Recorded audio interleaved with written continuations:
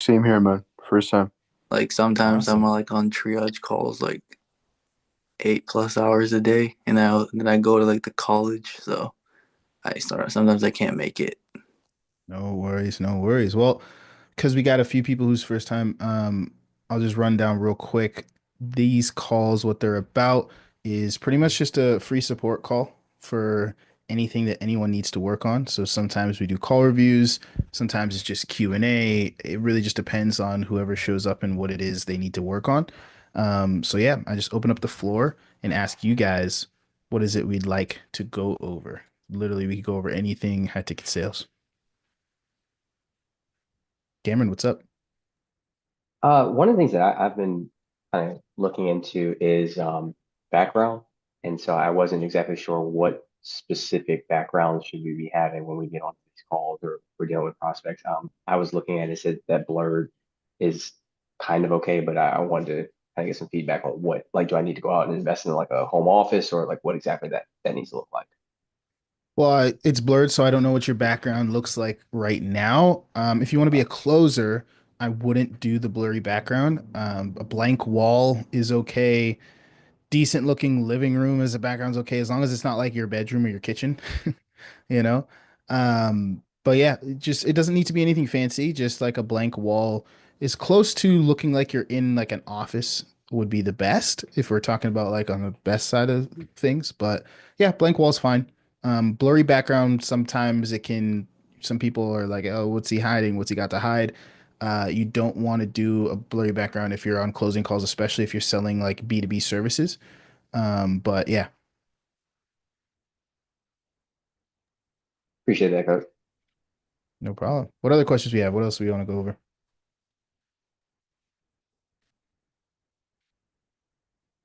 We done already? Quick call. What do we got, guys? Got an hour here. We can go over anything. Hey man, can you hear Yep. me? So have you encountered any scam offers in the past? I mean, yeah, the people that are advertising things that aren't the when you say scam offers, do you mean more specifically people that are selling scam products, or do you mean like people putting out offers that aren't real offers when you say scam? Like, I mean, yeah, there's both of those, so yeah. So I basically came across this offer. Yeah, it was really dodgy. They were promoting a US based service, but when I was in the meeting with them, they were from Asia. I mean Mhm. Indians. So it sounded a bit dodgy to me. They were asking about my credit score and stuff, and they were promoting something. For like a job interview, you're saying, or Yeah, or yeah. you were trying to buy something? It was a job interview basically, but they were asking a bit really personal questions, and Doesn't sound it's like it some was a job interview. yeah, definitely, and it was on Facebook. I mean, I got the offer from Facebook anyway, so it was a red Yeah. flag. It Yeah, was there's definitely a red were flag. they trying to sell you something? Not really. They were trying to get me to close their offer, and it was basically they were running a business. Uh, it was about a hard loan, something to do with loans, and they were getting off a percentage of it. I mean, it Mm, sounded a bit dodgy. It was involving credit systems, and I felt like they were doing some fraudulent activities. So I just yeah. blocked them and left their group anyway. So Yeah, if you don't feel right about an opportunity, then definitely don't hop on it. The main thing you want to look for is something where they're selling something that you can see they get great results, something that you can kind of get behind and believe in because your conviction is what's going to be what sells. And if someone's getting into it for the first time, even if you have experience, one thing I definitely want to look for is a team where they already have sales reps that are selling and doing well, you know? interesting. But they told me they had about 15 appointment setters and about three closers. And you know the Facebook profile, the way they put it to be was it looked so legitimate, but after the meeting, it was dicey. I mean, the guys they sounded like they were from India. I mean, I've got background in human behavioral approach, and I started asking them a bit personal questions just to see if they're actually legitimate, and they just failed, man. And Mhm. I just had to. I was so disappointed because I spent so many days. I was rooting up for this opportunity, but yeah, man, it was just scammy credit stuff, and yeah, it was my first approach experience towards such dicey shit. Yeah, anything that doesn't feel right, there's no need to go with it, you know? So, Definitely, yeah, man, definitely. Yeah, that's pretty cool. much. Mohammed, yeah, I had a similar experience when I first started like Facebook. It's a little bit scummy. I would recommend school, but if you do go on Facebook, there's a There's a lot group of them on that there. nothing held board, nothing held back board. That one's really good. I haven't met a single scam on that one. They monitor that one really good. So yeah, I would recommend that Facebook group if you're really looking for roles. Yeah, absolutely, man. I'm in the market to get a job offer at the moment, so I'm looking for a closer role. Yeah, It's been almost 2 weeks now since I've been wanting to transition. I've got vast experience working in Facebook, and I've generated over 100K in my business. So Facebook, it's a great tool anyway. So I'm still using Facebook to this day, but when it comes to job offers, it was my first encounter, and it was not good. careful, bro. One time I got in a call and a dude tried to sell me on the mentorship. I was like, heck no. Yeah, there's a lot of bait and switches on Facebook as well. So you want to make sure that you know how to look at the opportunity and see if it's dodgy, see if it's a bait and switch and ask questions, make sure that you don't take the wrong thing. But at the end of the day, as long as you're not whipping out your credit card, if someone ever says like you gotta pay like for training plus a plus like guaranteed placement, I wouldn't go forward with that. Cool. What other questions do we have, guys? What do we want to go over? Yeah, I have a quick question. What do you think about flowcharts versus like actual sales sales scripts? Because I know flowcharts are like a bit more natural, and they make the conversation a bit more smoother. But from what I've heard, like sales scripts are a bit too like robotic, if that makes sense. Yeah, I mean, on the call, you really shouldn't have anything but your mental framework, Mm-hmm. you know, because the calls aren't going to be a linear path. I like to say scripts are for actors, and that's, it only works if the other person on the other side has a script that fits like a puzzle piece, and that's just not the case, you know. So what you really want to get good at is following your frame and bringing the call back to where it needs to go, and keeping it in order. So what I mean by that is if I'm on a closer call, I know that the first thing I'm going to do is kick off the call, frame the call, and then jump into reason for change, which is what's the problem here. Mm-hmm. Get really, really clear on that. Ask whatever questions, and I keep it so loose that all I'm going in with is I just need to know problem, keeping it loose, asking questions, probing deep, getting a full understanding there, then we're moving on to the next thing, right? So you want to keep everything to its section, but you're not going to have word for word scripts or even flow charts where like if they say this, I'll say that. If they say this, I'll say that. It's too much.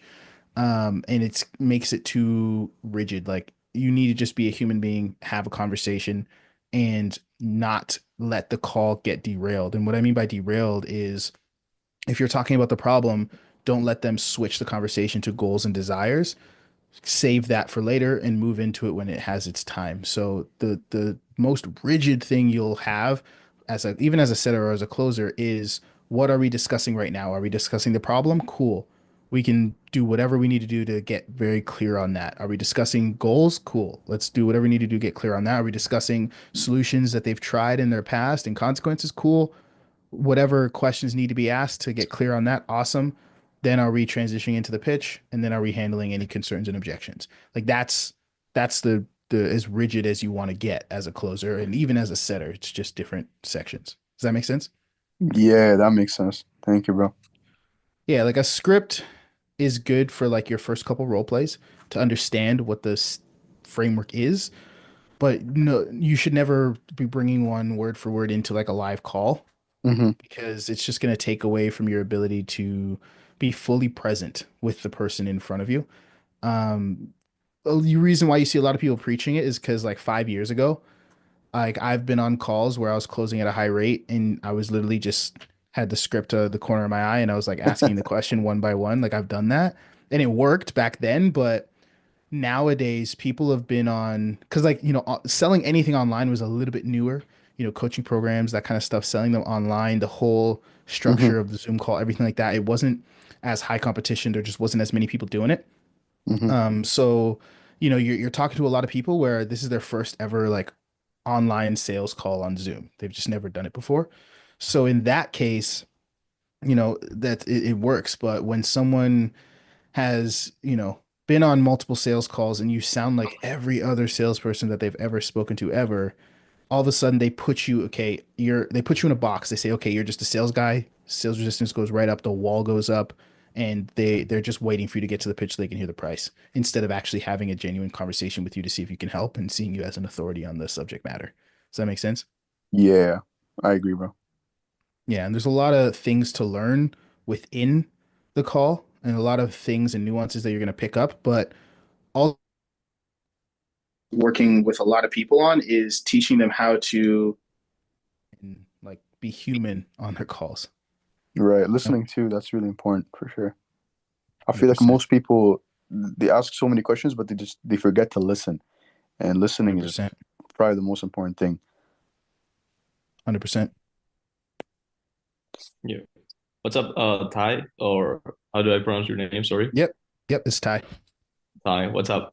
I have a question regarding the video, like the intro video that, well, we have in either our CVs or in the RepSelect platform itself. Hmm.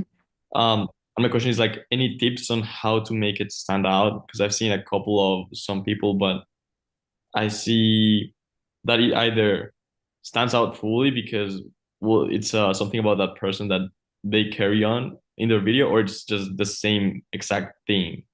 And there are some things that I've been able to pick up on, like now because I'm building my own video. I wanted to know what's your opinion on, making a killer video that Yeah. through the camera people tell that you have the enthusiasm or the ambition, all this stuff. Like, what's your advice on it? Yeah, it's actually really, really easy to stand out in the 1 minute video because most of them are so bad. I've every Yeah. time I speak to a business owner, recruiter, and we talk about like applications, the first thing they always mention is, oh man, the 99% of the 1 minute videos I get are just garbage. Right. So if you do these few things that I'm going to list out, you will easily stand out in that 1% of 1 minute videos that people get. And first and foremost, the number one thing business owners, recruiters that are looking for is your communication skills. It's the number one thing they're looking at. Regardless of what you're saying, they're looking at how you say it, how you communicate, the confidence you communicate it with, everything. Because if I'm going to hire you to be a closer, but you can't, like, you have like nervousness, you can't confidently and smoothly sell yourself, how can you sell my product or service? Because you know more about yourself than you do about my service. You've spent the most time with yourself. So if you can't give me a 1 minute spiel where you're confidently selling the thing you know most about, how could you ever sell my thing? So that's the first thing you need to make sure that you're doing really good at is you have a confident, Mhm. great communication style that you're going forward with. And being a great communicator comes down to just say, like, I can tell you're being natural to yourself in the way you speak, Okay. right? 9 times out of 10, even 1 minute videos that are like good, like they're saying all the right things, the setup looks good, the lighting looks good, you can see them like going like this and like reading on the screen. Hmm. And that is going to disqualify a lot of people. So that's the first So thing. Make definitely sure you have you great not have a communication. script, like. Yeah, Mhm. you can't submit a scripted 1 minute video, even if everything else is perfect. Because, if I give you, if you can't minute and my camera keeps going out, but if you can't speak for one without a script, how are you going to pitch? You know what I mean? Like, how are you going to say a Yeah. pitch? You can't speak to one for 1 minute without a script about yourself. So you can script it out, practice it a bunch of times, but the 1 minute video that you're actually submitting and using cannot be you reading. You have to just look at the camera and just spit it, beginning to Okay. end. And it's only 1 minute, right? So that's the first thing. Second thing is, your appearance matters. Your appearance definitely matters. And there's two things that are going to catch a business owner's eye in the first beginning of the call. It's going to be your appearance. Or three things: your appearance, how you communicate, and what you say in terms of results, numbers, if you do have a track record. Most people are going to give you have to realize most people are going to give your 1 minute video the first 10 seconds, maybe 15. I've seen like I used to meet with recruiters and suggest reps for them to hire when I was, working as a sales coach for some companies.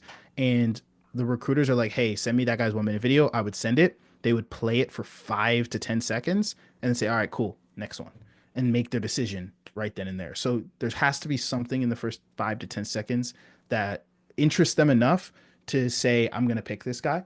And that's going to be, like I said, one, the communication skills, and two, the location in which you actually take the video. A lot of people, they just like film it on their phone like this, or they film it on their couch, and they don't really or they film it in their car. They don't take much thought to it.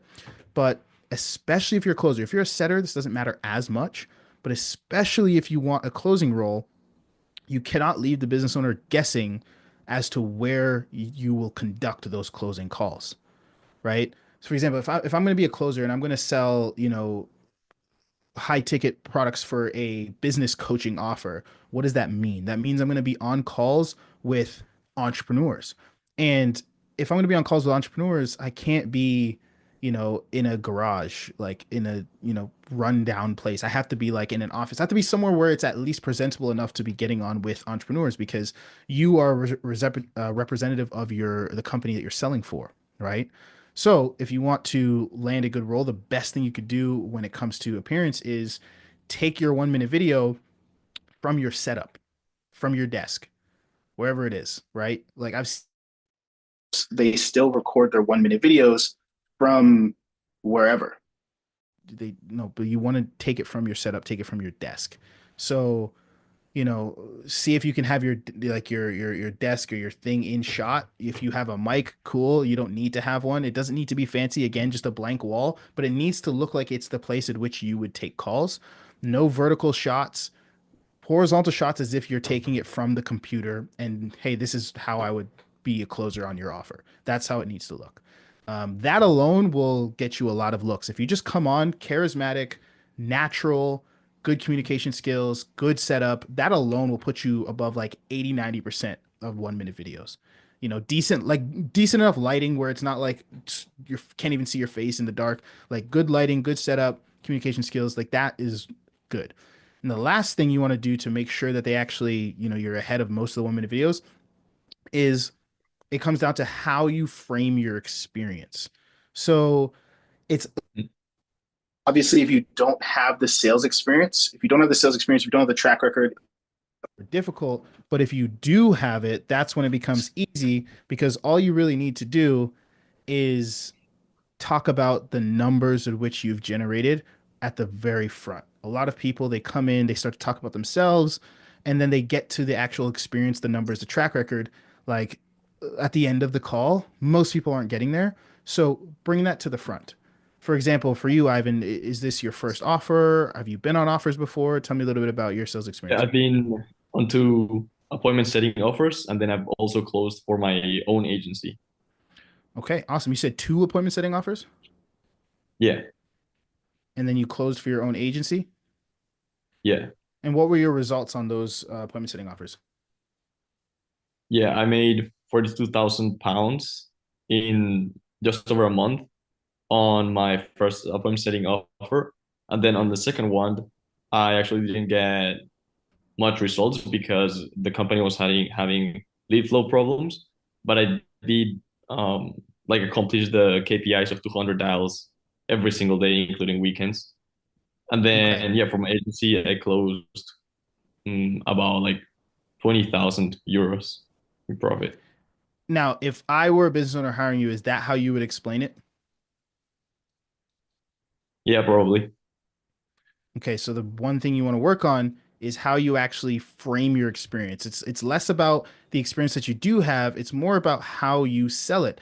Just like you're selling any product or service, your first number one goal, step one, is selling yourself.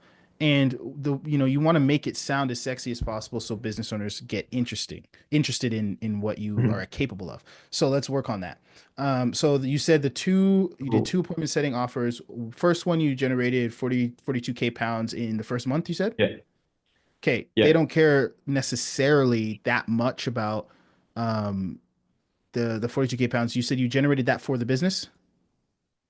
Yes, for the business. Okay, so you did 42K pounds for the business. Um, what is that in USD? Let me see. I'd have to make the 42K conversion, but pounds near to 50K. USD. That is 54K. 54K sounds Okay. better than 42. So we're gonna use that number. Okay. Unless you're speaking to like a UK offer, then you could use pounds. All right. Um, All right. Now, how did you generate that? How many calls did you like? Was it like inbound leads and you were dialing to triage the leads, or like how did you actually generate it? Yeah, it was inbound leads, and I just in the dialer, Mhm. yeah, trying to How do many the how many the dials did you do per day? 200, And how many sets did you do per day? 3 to 4, If you had to pick one number, 3 or 4. 3. Okay. And then what was your set to show rate? Okay, I'm not sure. I would have to check. They're gonna ask you this on the interviews. Well, for some Okay, interviews at least. But yeah, you don't if you right. had to guess, what would it be? Pretty high. I would say around 80%. Awesome. What was the close rate of those shows? Close rate of those shows. Uh, Yeah, actually, like your set to was close about rate, of 20%, course, 30%. What was it? about 30%, 20 to 30%. Yeah, 30%? yeah. Okay. And then the second offer, did you produce any results at all or no? No, Okay. And then closing for your own agency, what did that look like? Did you yeah, that generate was revenue or what happened? around like 10 calls per month. Definitely not a lot. You And obviously booked them for yourself. yeah, I did everything. It was my own agency, How many and calls I did you was set total in the whole life of your agency? around like 100. And how many did you close? I closed about 12. Okay. And then, And we're talking about both qualified and unqualified because I was just jumping into meetings with anybody really. okay, fair enough. Um, and then how long did you run the agency for? 2 years. 2 years. Okay. And then I'm assuming you became an appointment setter after you were done with the agency? Yeah, correct. Okay. Any other sales experience? Um, well, not relevant. I did do like part-time for a month as a closer for a lead gen offer, but Mhm. it was a startup and they didn't have enough lead flow. I ended up making like 5 or 6 calls total. You got 6 calls total. Okay. Um, Yeah, Mind if I nothing put you relevant really. mind if I put you on the spot? Yeah, absolutely. You do mind or you don't mind? I don't. Please do go ahead. Any All right. feedback? Appreciate it. So if you had to do a 1 minute video right now, could you do it for me and show me how you would do it? Yeah. All right, go. Right. Hi. So this is Ivan, and well, this video is just to talk a little bit about myself and discuss the potential synergy between us working together. So I started my agency first when I was 18 years old, and I closed all the deals by myself. Even though I had no real idea of closing, I ended up taking the courage to step in front of the meeting and in front of the computer to talk to customers. And I ended up generating 80,000 euros with my own agency. Eventually, I figured out that being an agency owner is not what I wanted to do. So I transitioned to being a full-time appointment setter. And in that time, I worked for two offers, generating $54,000 in my first month. And then with the other offer, which was a real estate mentorship offer, I had a bit of trouble because the company was having a really bad lead flow problem. But nevertheless, I did do the 200 KPI, 200 dials every single day, no matter if it was a week or within the weekend. And yeah, that gave me like the discipline and confidence that I could excel at an actual offer. And then from that, I've invested into one-on-one coaching and sales training. So I'm confident on my ability and yeah, on my skill set. So if you think that is a great opportunity for us to work together, let's discuss if we're a good fit on a 15-minute call. So yeah, I'm Ivan, and I'm sure I can add a massive value to your company or to the right team. Awesome. Is who did you invest in one-on-one training with? Ethan E. Ethan E, you said? Yeah. And then do you have any kind of like portfolio proof that you can show as well, like role play examples or Yeah. tracking sheet screenshots? Do you have any of that? Yeah. Yeah, role play examples. I have like plenty, a whole bunch. And I also have a couple like actual live calls that I did for my own agency. They're not like I don't follow no framework or anything because I was dealing with my agency, but I did close and yeah, and some tracking sheets about the KPIs being hit. Awesome.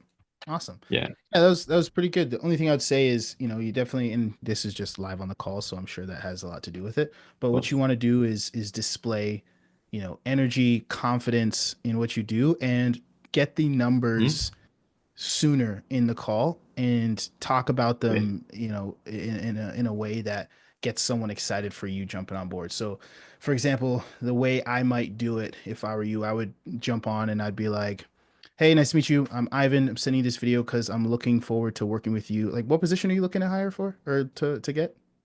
What position? Closing. Closing job role? Yeah, close. Yeah. Yeah. Yeah. So I'll jump on and say, in your agency, you said you booked 100 calls. How many of those were qualified?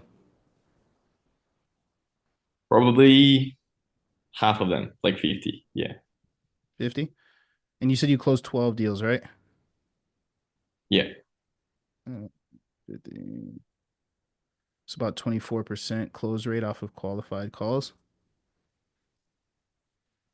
Cool. Yeah, so I might Yeah. jump on and be like, "Hey, I'm Ivan. I'm sending this video because I'd love to work with you guys as a closer." A little bit about me. My main sales experience comes from running my own agency where I booked over 100 calls for myself, closing 24% of the qualified leads that I booked. I also have experience in appointment setting.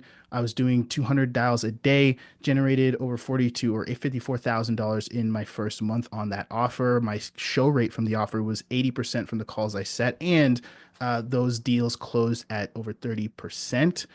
That being said, I've also undergone tons of training in sales one-on-one with sales trainers like Ethan E, where I learned X, Y, and Z. What I'm looking for is to be a closer on the team. I think I'd be a great asset to the team. I've got recordings of live calls and other things you can see in the portfolio that I sent you if you want to see more of what I'm capable of. Happy to jump on a call, show you what I can do, and looking forward to working with you. Like I would say something like that, you know? Yeah, that's Um, fire. It's really good. yeah, I would go through it like that, get the numbers, right up front, and the Okay. numbers they care about, which is how much revenue have you generated, show rate, close rate from your sets, close rate from your closes, um, and then you can talk about the rest after. And I think you'd have a solid video as long as you have the other elements of you're recording it from your setup, it looks good, and you're saying it with confidence and it's natural, you're not reading. Does that make sense? Okay. Okay. Yeah, thanks. This is pretty helpful. Now I see that you have like the recording on Fathom. Any Yeah, chance I yeah, can you're get that? gonna get the recording. Yeah, I'm gonna post it in the Awesome. community That's great. after this call's done. Cool. Awesome. Then I'll just quick follow up on that.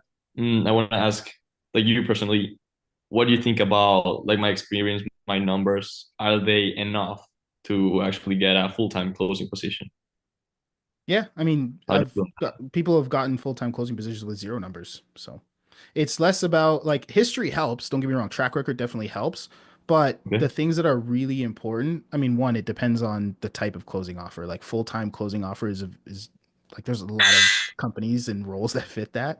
So is it enough to land on a team where, guys have years of experience and they're making 30, 40, 50K a month? Maybe, maybe not. It's going to be harder. Is it enough to, land a good opportunity that you can make good money on? Absolutely. It just depends on what your goals are, what kind of offers you're going for. And again, they're looking for your communication skills. They're looking for believability that you can sell. That's what this all comes down to. Does the person interviewing you believe that you would perform well on the role? If the answer is yes, you'll land the role regardless of any other factors. So you want to do what you can to increase that believability. So, I mean, yeah, it doesn't like the experience part, it helps, but it's not, hey, is this experience equate to landing this offer? You know what I mean? Yeah, gotcha.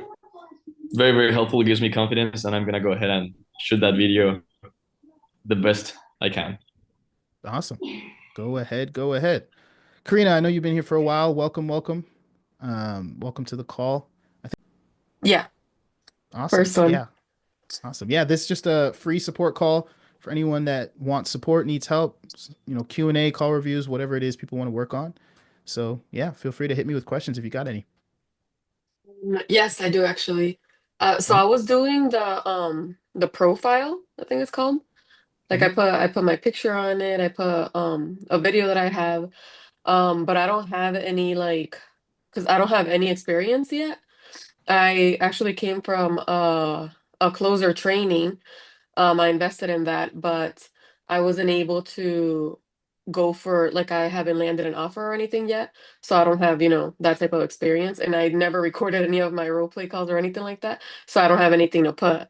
So obviously, I'm looking to role play with people here and hopefully record that to be able to put that there. But my question is, when it says like sales experience, I think, or like the number that you produce, like I don't have anything. Am I supposed to keep that as a zero then?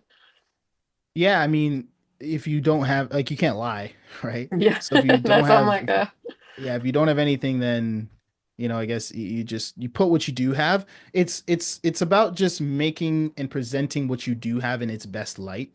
So don't mhm, go on interviews and say, hey, and don't create a 1 minute video that says, hey, although I don't have experience, I have this. Just mhm, present what you do have in the best light possible. Um, but yeah, I mean, there's lots of ways to start to fill that up. Like you can use your communication skills and your role plays and all that stuff to land a really good offer up front. Or if you're finding it difficult after some time of doing that, there's lots of solopreneurs. There's lots of like businesses that are looking for even just like cold callers and stuff like that. mhm, And you can use that to start to generate some numbers to put on your track record. I know I was talking to one recruiter, Zach Brown, and one thing he said is, I immediately interview anyone with cold calling on their resume just because I know that it takes a certain type of person to be willing to do that, right? So a lot of people that are like struggling to land roles, I even tell them like, hey, do 60 to 90 days of cold calling, and your skill set and your experience is going to go up massively through that experience. And then on top of that, it's a really good thing on the resume to add. mhm. But you don't have to. There's we can definitely put together something that'll allow you to land roles. Yeah, because a lot of like the girls in the program that I was in, they've all landed offers already and they have zero experience too. And I'm Hmm. like, how are they doing that? And I, and I still can't. So I don't know if it's like something that I'm saying. I mean, I haven't even been able to land like an interview or anything yet. Hmm. Because I've only been applying to like recruiters. And Zach Brown, he was one of them, and he was like, "Oh, well, you don't have any experience, so I can't even like let you, apply to a position or anything." So I'm just like, okay. And then when I found you on YouTube, I'm like, okay, let me see what this guy's all about. And then when you said, oh, you should record, like your role plays and everything, I'm like, okay, then maybe I should get to work on that. Yeah, it all comes down like the reason why people won't hire with it, people like not that they won't. The reason why it's harder to land a role with someone that doesn't have as much experience is because it all comes down to, like I said before, proof that you can sell, Mm-hmm. right? And you got to understand from the business owner's perspective, if it's a good offer, meaning, hey, you're a closer with inbound leads being booked in your calendar, and or you're a setter with inbound leads being booked in your calendar, it is a big risk to hire for those positions. Like, for example, for a closer, right? If you're doing marketing and you're running ads to book a call directly on a closer's calendar, does anyone know on average what that costs a business to produce? Anyone have any No, guesses? 2000 maybe. Per call, $100? cost per call. Yeah, cost Like, per call is typically, some companies, there's obviously nuance, but at scale, anywhere from like $400 to $800 per call, right? So ask yourselves, if you guys had a system where you had to spend $500-600 for each and every call, and you've got guys taking 5 calls a day, would you guys just trust someone with no experience, no track record, nothing on the resume? Like, how willing would you be to put like give that person, even for them to test you out for a week? If you think about it, if they give you 3 calls a day and each call is like $500, and you take a week's worth of calls, it's like what, like 15 calls. Like, think about how the money could really pile up. And if you don't work out, that means they got to test someone else. So how, like, Mhm. and if they got to test 5 people before they find a closer that performs well, like, you see how it can really stack up, right? So it's all about believability. And there's a few things you could do without experience to increase the believability. One is obviously create a portfolio. So when I say create a portfolio, I mean getting very, very meticulous with clipping out, not just posting a bunch of 1 hour role plays, but clipping out each individual thing that a business owner might want to see. So, for example, here's an example of me handling a money objection. Here's an example of me handling spouse objection. And I'm like, each objection, I would have like a 3, 5 minute, however long the role play takes, a little clip of me handling that one objection. Then I would have a bunch of clips of, hey, here's how I would kick off the call normally. Here's how I'd kick off the call with a difficult prospect, especially if you're an appointment setter. Appointment setter calls leads. What happens when you call leads? Sometimes you call them and they say, oh, I don't have time to talk right now. I would have someone do that on a role play. I would handle that, situation and then clip that out and have an example in my portfolio of me handling a difficult prospect who, didn't want to answer the call a certain way. Right. Um, then I would also do examples of how I would do a discovery. Here's how I probe for pain. Here's how I do this. Here's how I do that. Right. And have a bunch of different examples of how I would handle different things in the call process. Um, to showcase that I can sell. So that's one thing you could do is build a really solid, comprehensive, pretty big portfolio of a bunch of different examples. More stuff depending on the role you want to have. If you want to be a closer, then obviously you'll put a bunch of that stuff. If you want to be a setter, then there's different stuff you'll have there. Um, and then the second thing I would do is, if I'm in a program or well, whatever it is I'm doing, I'm going to be documenting the journey on either Facebook or LinkedIn, showcasing that I'm someone who's dedicated to growth, showcasing that I'm someone who is learning every day, showcase that I'm someone who, has a bit of a follow you and like your stuff, and vice versa. You start to like their I would start to document my process to show that I'm not just some random person, that I've been learning for a while or I've been doing things for a while. Especially if you're on an offer, every time I make a sale, I would post about it on my social media, right? Because that's kind of like you building up a track record. If someone sees, let's say Ivan, every time he makes a sale, he posts about it.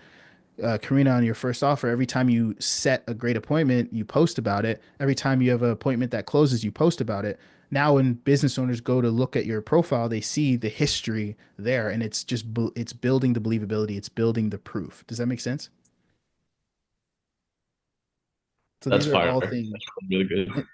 Yeah, and even if you ask David, for example, David, zero sales experience, jumped in the community, I think like 2 weeks ago, and he's landed like 3 offers just by documenting his journey publicly, right? You guys see probably posts.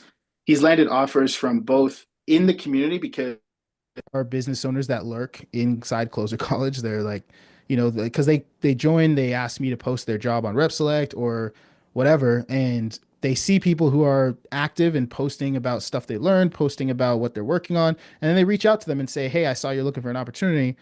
Let's I have one for you. Let's do an interview." And then on top of that, if you're doing that, I think he landed a job from LinkedIn. He like posted a video talking about, you know, his journey so far, and someone said, "Hey, you sound like you're someone who's charismatic. You sound like you do well. Come work with this role or come do this interview." And he ended up landing an offer that way too.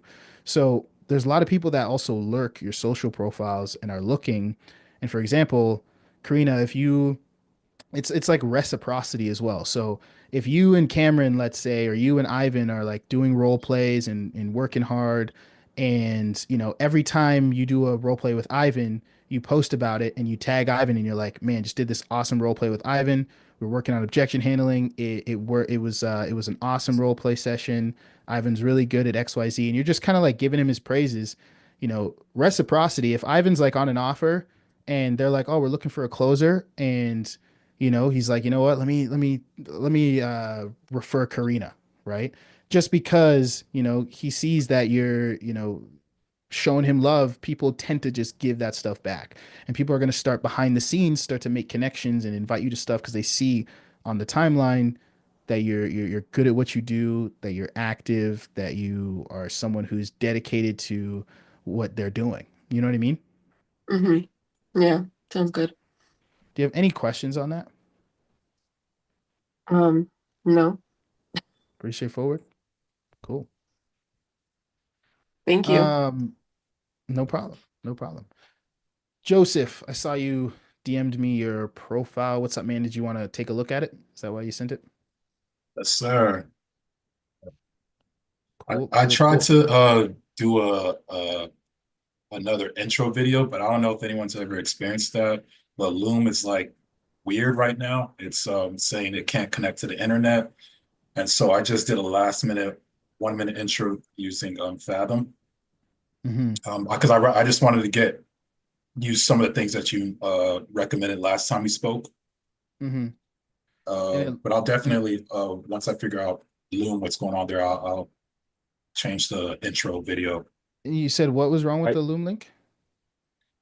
The Loom, when I go on Loom, it's saying it can't connect to the internet, but I'm on like other are you using platforms. Safari? Are you opening through Safari? You have No, I'm a Mac? using Google Chrome. Because it happened the same to me, but then I used Google Chrome and it worked. So maybe give it another try later on. Yeah, whatever. I'm just looking at it here. Whatever link you put, it's saying can't connect. So I don't know if that's on our end or if that's you just put the wrong link. But try to get the share link and put that there when you put it in so that it actually shows. But right now it's just showing can't connect. But I'll check on my end to see if it's on my end. But if it's on yours, just make sure you put the right link.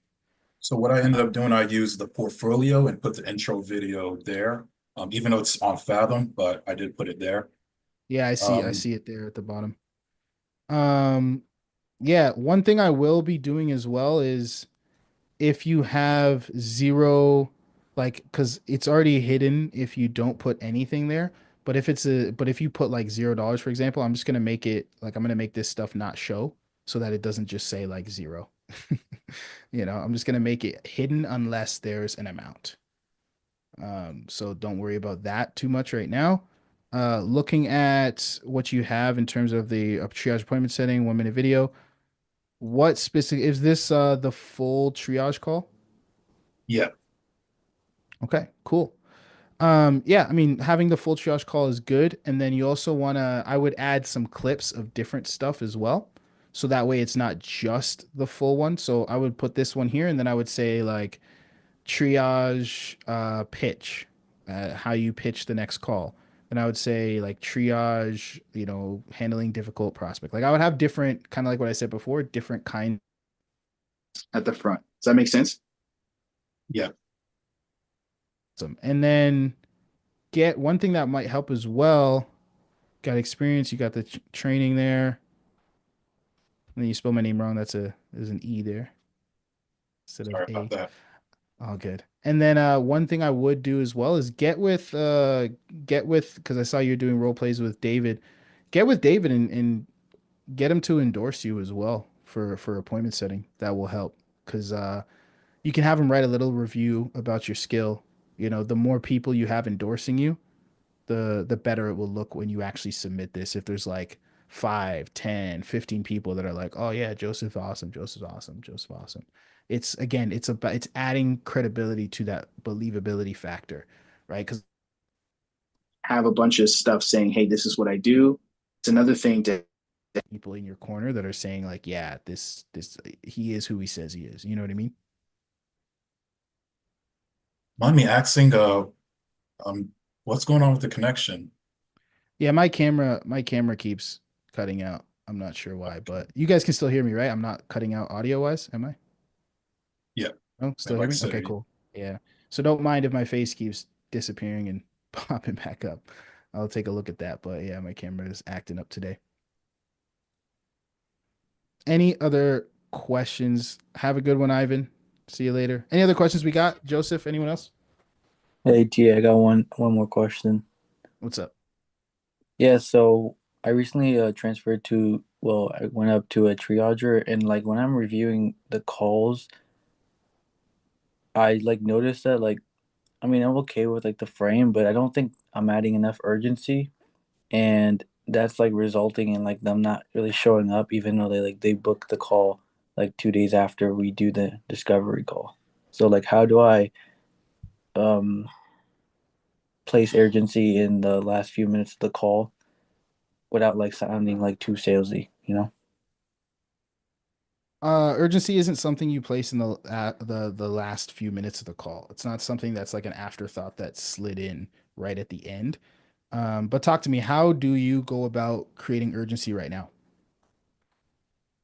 Yeah, so let me just like give you a little bit more like background. So I'm on a speaking offer. So essentially, just the offer owner just helps people scale their speaking business or helps newer speakers.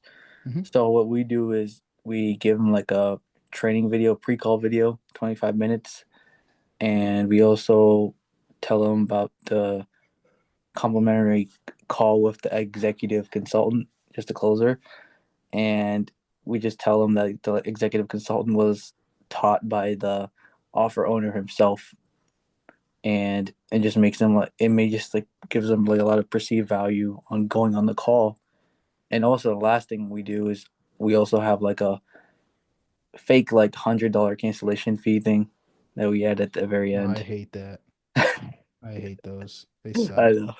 They're so fake. Yeah. Like, how would you actually enforce that if I just didn't want to pay? Yeah, Like that's if what I I'm don't, saying. like We if say I like, no showed the call, like how would you actually enforce that? yeah, I know we can't like force you to pay. I know some people do it, and I've heard that it works well for some. Um, shoot, I mean, if it works, cool, but I would never do it. Anyways, let me ask you guys, what do you guys think about building urgency on a triage call as an appointment setter? How would you guys go about it? Anyone got any thoughts for him?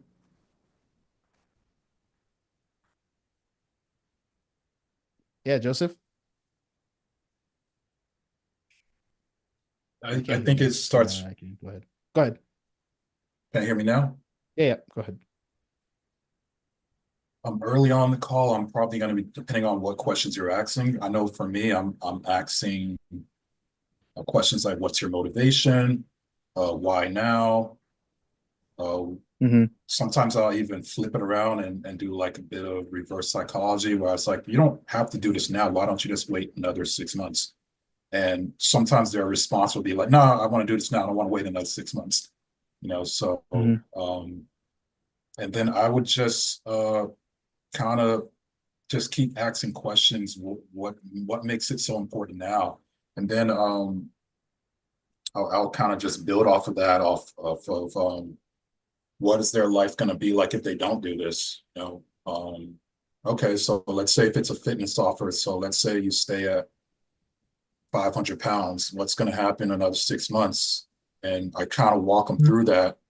And let's say they start saying, oh, right now my health is already bad. And I was like, oh, wow. I mean, how many times have you been to the doctor? What's your doctor been saying?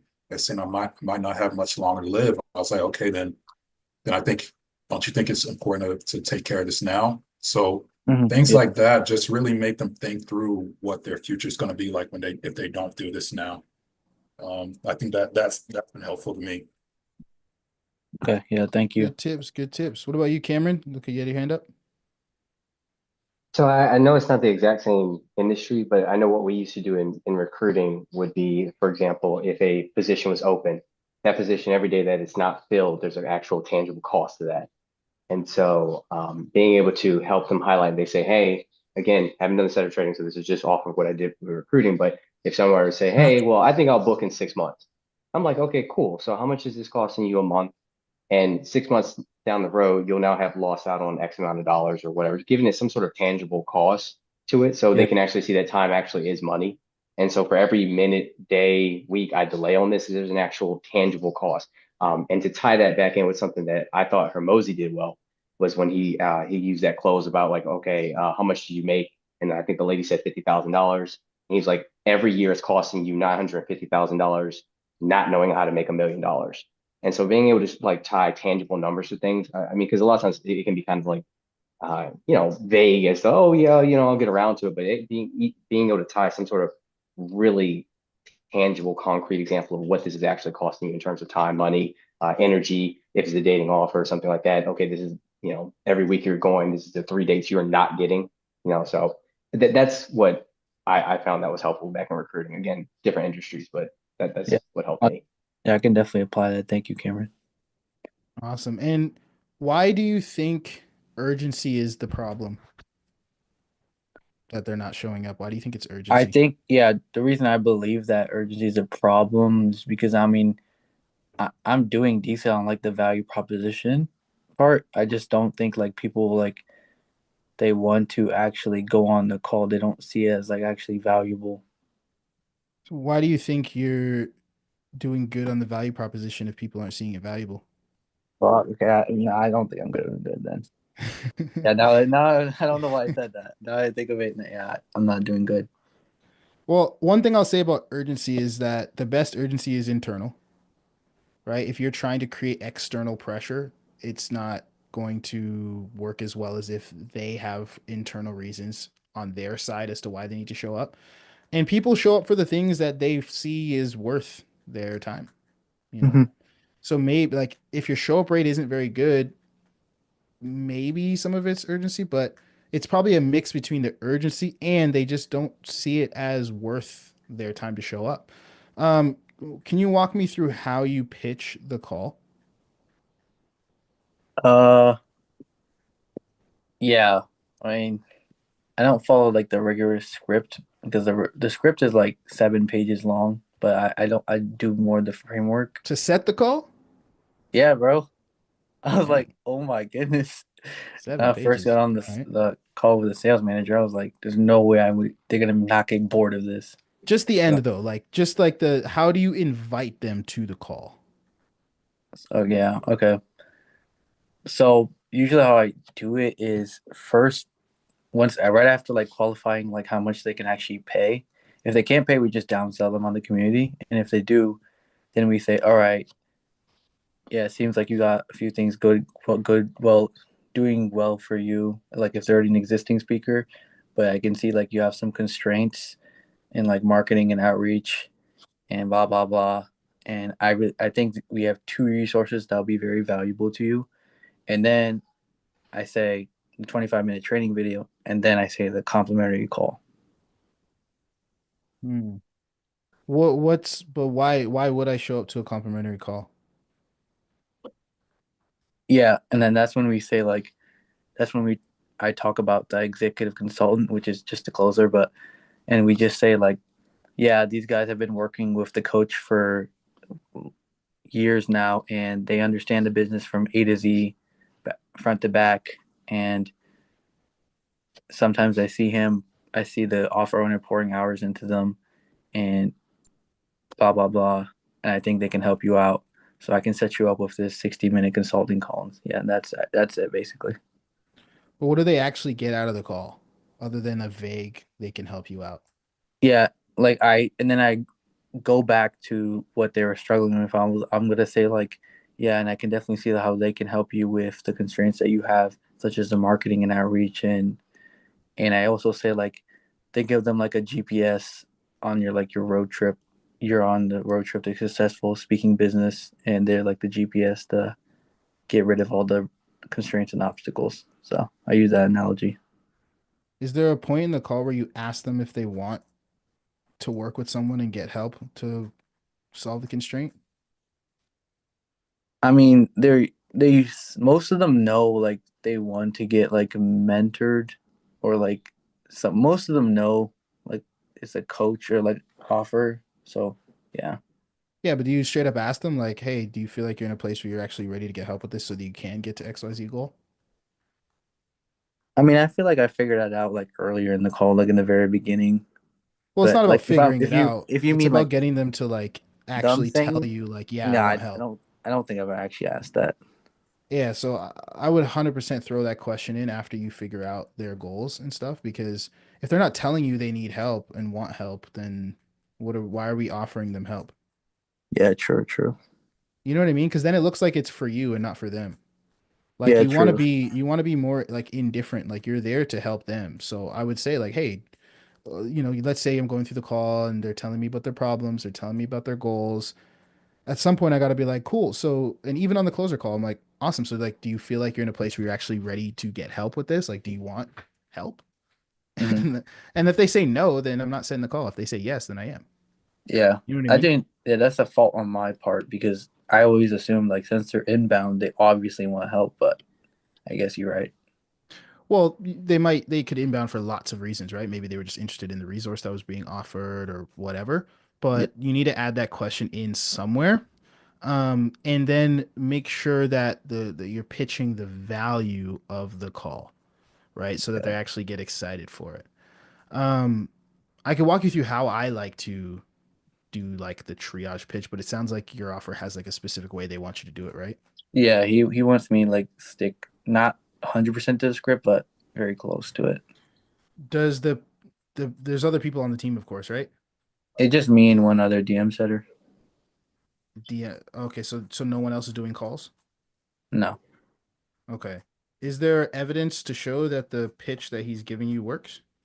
Oh yeah, it's like a proven offer. Last month Not, he did like not the 50K. offer, not the offer. I'm saying the pitch he's telling you to utilize in order to set No, calls.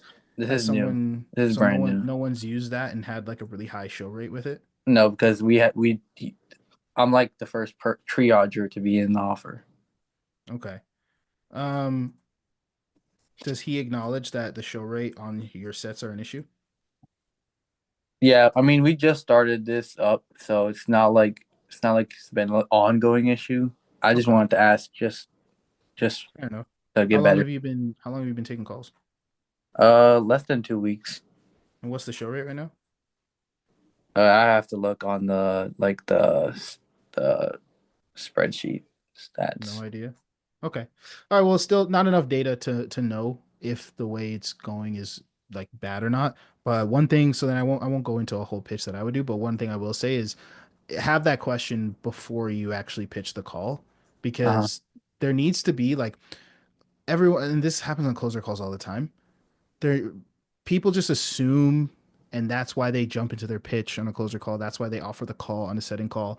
But if there's no moment of surrender where they're like, "Yes, I need help," it changes the whole lens of the call, right? It comes across as you're trying to like push a product on them rather than them saying, "I need your help," and then you are then getting out of the way and allowing them to buy. Like people don't like to be sold, but they like to buy. So a lot of the sale is you getting out of their way so that they can do that, you know? Okay. And setting up the call, setting up the close in a way where it's like, okay, cool. Well, in that case, if that's what you want, then this is how we can help you, kind of thing. You know, you want it to be that kind of energy rather than, oh, can I tell you about what we do? Can I tell you about our offer? Can I do this or that? You know what I mean? Yeah. Awesome. And I can definitely talk more about that if you guys want. But Joseph, you had your hand up for a while. What's up, man? I just was going to add one more thing to his that I think would be beneficial is to help with the show up rate. Prior to setting the appointment, figure out what solutions they have tried. Figure out if they're still committed to another solution, because sometimes they may think like they have something else that could help them out with their problem. And if you don't take time during that call to figure out, hey, what things have you tried to fix this problem? And they may say, I did this, and then you got to get them to say the truth. Like if they don't admit it out loud verbally, they're not gonna have an urgency to jump on and see you guys as a solution. They're gonna still go back to whatever thing they're doing, whether it's they think researching more is gonna help them, whatever thing they've been doing, you need to figure out what that is. Hope that helps. Yeah, thank you. Awesome, awesome. All righty. Any final questions before we hop off? Thank you, TA. I'll definitely implement. And yeah, see ya. Okay. Awesome. Anyone else have any other questions? Are we good to go? Everyone learned something from this call? Awesome. Alrighty. Well, glad I could help. For those of you that are just real jumping on quick. these calls. Yep. What's up? You said you're gonna be out next week, right? Yeah, Or is it- next week. Next week. Okay. So not this week. I'm here for all the calls this week, but from the 23rd to the 30th, I will be gone to Mexico. Alrighty. Well, I will see you guys. For those of you that are in closer calls, I'll see you guys on Wednesday. If not, maybe I'll see you guys. Well, next week, Monday, I won't see you, but maybe the following Monday. Have a good one, and I'll talk to you soon. Bye. Thank you. Thanks.